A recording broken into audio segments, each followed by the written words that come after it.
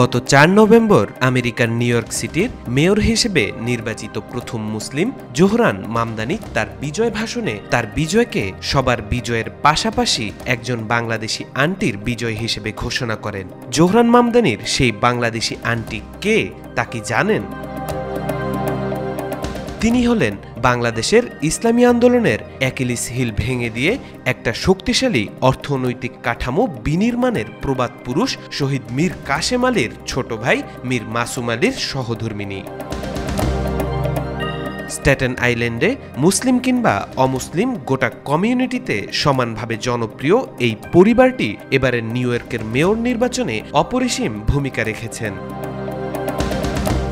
ওই আন্টিকে নিয়ে নিজের সামাজিক যোগাযোগ মাধ্যমে একটি পোস্টও দিয়েছেন নিউ ইয়র্কের সদ্য নির্বাচিত মেয়র জোহরান মামদানি। ওনাকে নিয়ে এক শুভাকাঙ্ক্ষী তার ফেসবুক পোস্টে লিখেন, আমেরিকায় গিয়ে যতবার চাচার বাসায় গেছি কেমন যেন একটা অদ্ভুত ভালো লাগা কাজ করেছে। ওনারা আজও খাবার খান শহীদ মীর কাসেম আলী স্যারের কিনে দেয়া প্লেটে।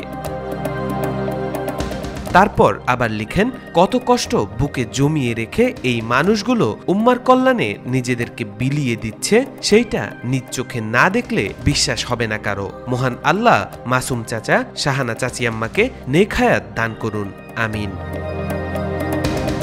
জোহরান মামদানির এই বিজয় শুধুমাত্র একটা বিজয় নয়, বরং চরম মুসলিম বিদ্বেষী ডোনাল্ড ট্রাম্পের প্রতি আমেরিকানদের চূড়ান্ত ঘৃণার বহিঃপ্রকাশ।